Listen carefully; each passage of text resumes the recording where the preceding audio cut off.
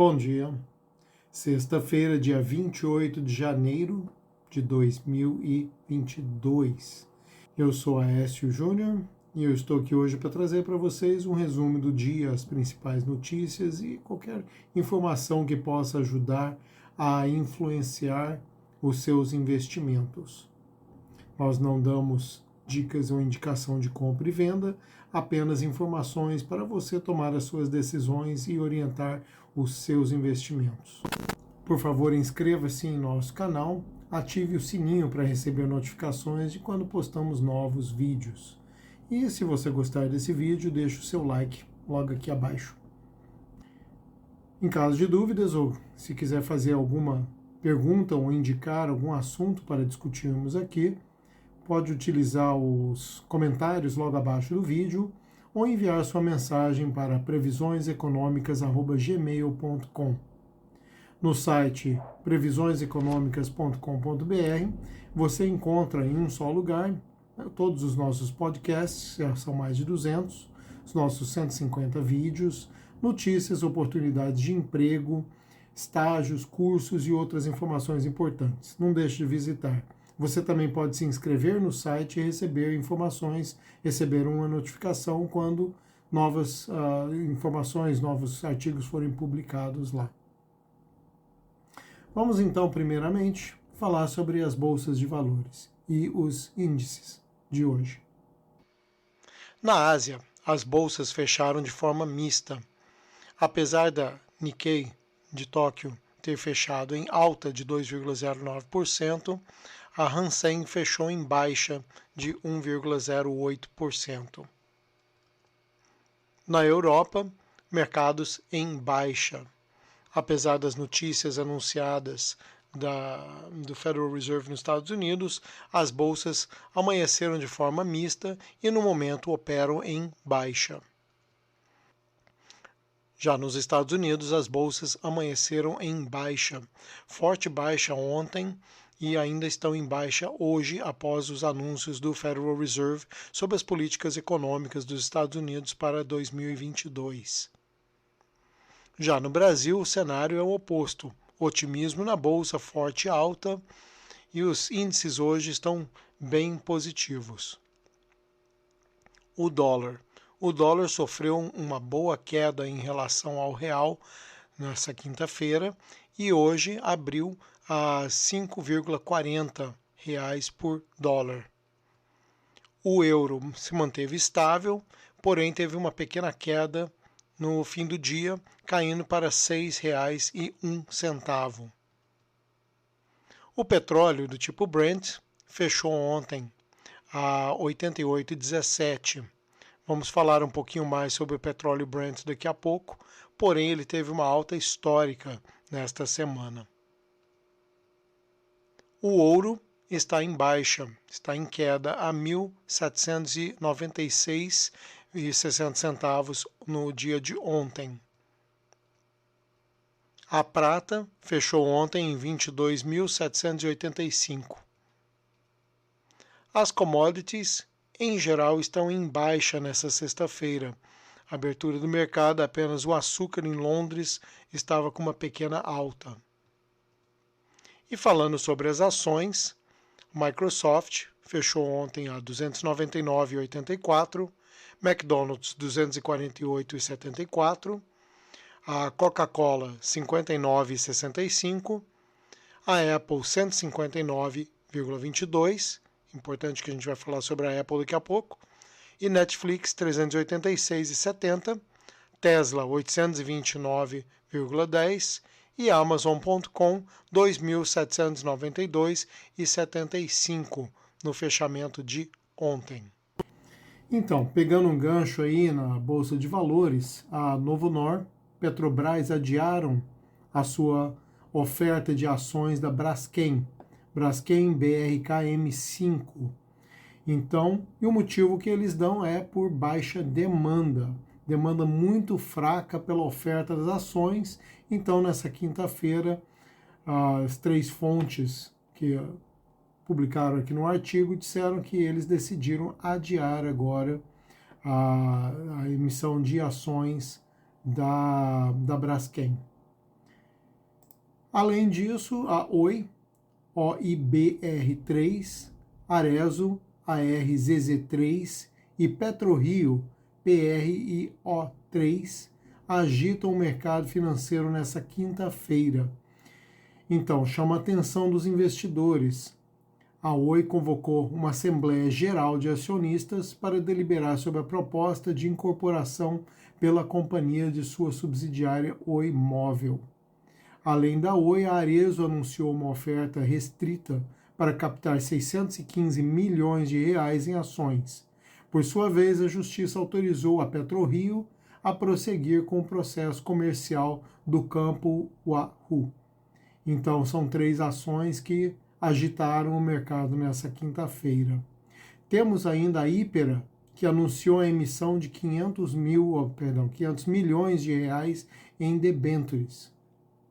Boa notícia se você tem ações dessas 3 empresas. Outra ação interessante de mencionar nessa sexta-feira foi do Nubank. Nubank, 9 de dezembro do ano passado, lançou suas ações na Bolsa de Valores de Nova York. Lançaram a $9 por ação e teve uma demanda bem grande. Então, uma valorização muito grande nos primeiros dias, dispararam mais de 30%. Porém, regra que tudo que sobe desce, o deles desceu muito rápido. Segundo os analistas, possivelmente se trata da realização de lucros após os 2 primeiros dias de negociação, em que as ações do Nubank acumularam uma alta de mais 30%. E eles justificam isso dizendo que o Nubank deveria ter adotado a estratégia de lock-up para a maioria dos investidores, à exceção dos membros do conselho de administração.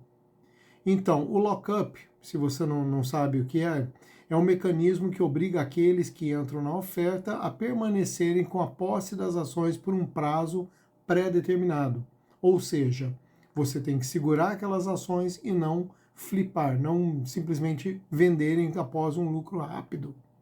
Então, isso é um incentivo para os investidores e eles não optaram por essa regra. Então, os investidores ficaram livres para vender as ações assim que deram um lucro que eles julgaram bom.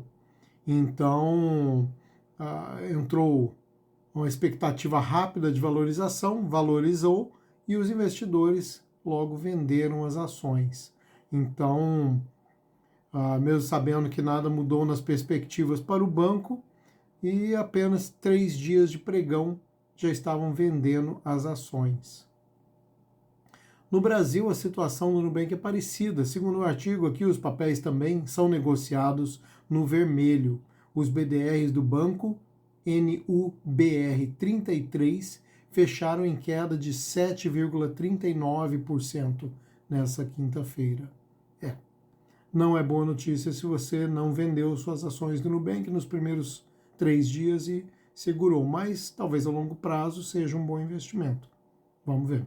Outra notícia interessante é sobre o Fed, o Banco Central americano. Ontem ele deveria ter anunciado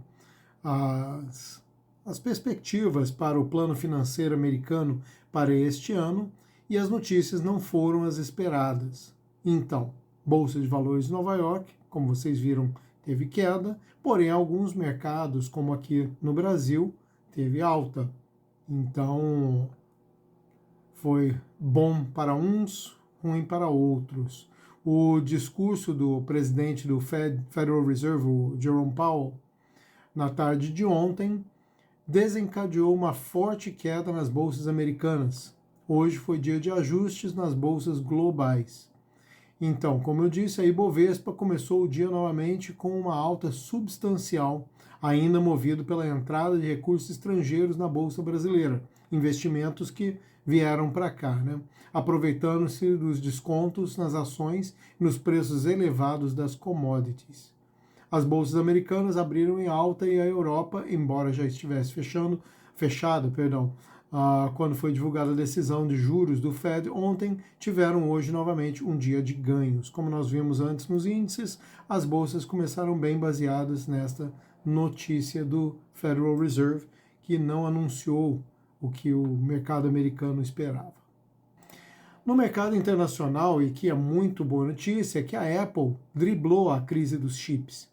Você tem que lembrar que a Apple ela fabrica todo o próprio hardware, os próprios chips. Então, diante da crise mundial de chips, ela saiu à frente. Então, ela justifica ser um dos protagonistas, uma das melhores empresas das Big Techs. No último trimestre deles foi realmente histórico, foi um desempenho muito alto por esse motivo. Então, se você tem ações da Apple, fique de olho, porque com a crise mundial, a falta de chips, todos os fabricantes estão sofrendo. E a Apple, nesse caso, está saindo à frente. Vemos ainda aqui no Brasil a Estapar, que negociou a parceria para recarga de carros com baterias elétricas. Então, a rede de estacionamentos anunciou nessa quinta-feira, em memorando de entendimentos para uma parceria com a startup Zelectric,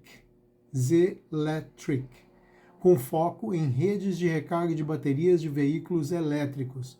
A startup, que foi criada em 2019, já instalou mais de 170 estações de recarga e possui dezenas de estações em processo de instalação em diferentes estados no Brasil, afirmou a Estapar. Então, fique de olho, o mercado mundial para carros elétricos está crescendo. No episódio anterior a gente viu o primeiro elétrico brasileiro. A China está investindo pesado em carros elétricos e na Europa os carros a combustão já têm dias contados. Eles têm prazo para acabar com a produção de carros a combustão. Mais uma notícia interessante, a Visa, operadora de cartões de créditos global, supera previsões no quarto trimestre. A Visa superou as estimativas trimestrais de Wall Street nessa quinta-feira, uma vez que a melhora no sentimento do consumidor, as compras online e um aumento nas viagens impulsionaram os volumes de gastos. Com o lockdown, o comércio eletrônico sofreu um impulso muito grande, então as vendas aumentaram muito. Porém, o comércio presencial, as lojas sofreram uma queda muito grande. E com os lockdowns por todo o mundo, as viagens foram praticamente a zero. Então, a expectativa da Visa no fim do ano não era para ter um faturamento muito alto. Porém, superaram essas expectativas. A receita líquida trimestral subiu para 7,1 bilhões de dólares no trimestre encerrado em 31 de dezembro, um aumento de 24% em relação ao ano anterior. Segundo Alfred Kelly, que é presidente executivo da Visa, o crescimento do comércio eletrônico, o progresso melhor do que esperado no setor das viagens, no retorno das viagens internacionais e a situação com a continuação da recuperação da economia contribuíram para um trimestre excelente. Então, boa notícia para quem tem ações da Visa.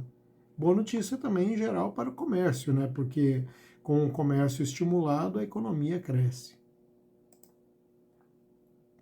Então, falando mais uma vez aqui da Apple, a APL 34, as receitas saltaram 11%, chegaram a 124 bilhões, a maior cifra da história. Então, fica de olho aí na Apple. Falando agora finalmente sobre o petróleo. O petróleo teve a máxima em 7 anos, superando 90 dólares o barril, com as tensões na Rússia. Importante ressaltar que a Rússia, caso você não esteja acompanhando as notícias, está acumulando tropas na fronteira com a Ucrânia, e isso está gerando tensões na região.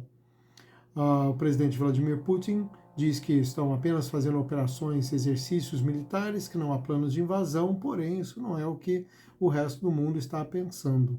Inclusive, hoje de manhã, a Alemanha anunciou que uma das sanções que eles poderão fazer, o país poderá fazer, caso haja algum tipo de operação militar na região, é com relação ao pipeline de gás que está planejado para construção entre a Alemanha e a Rússia, para a Alemanha comprar o gás russo. É um volume muito grande de gás que seria exportado, então seria uma sanção muito significativa para a Rússia. Bom, esse foi o resumo da semana. Temos muitas tensões aí ao redor do mundo, temos muitas notícias interessantes que podem afetar o mercado. A boa notícia é que a Bolsa Brasileira teve uma boa alta, teve um lucro aí, então fechamos bem a semana. Tomara que sexta-feira mantenha essa tendência e seus investimentos valorizem. Fiquem de olho. Muito obrigado, tenham uma boa sexta-feira. Não esqueçam de deixar o like aqui embaixo, de se inscrever e ativar o sininho para receber notificações. Eu fico por aqui, uma ótima sexta-feira e um bom final de semana. Até segunda.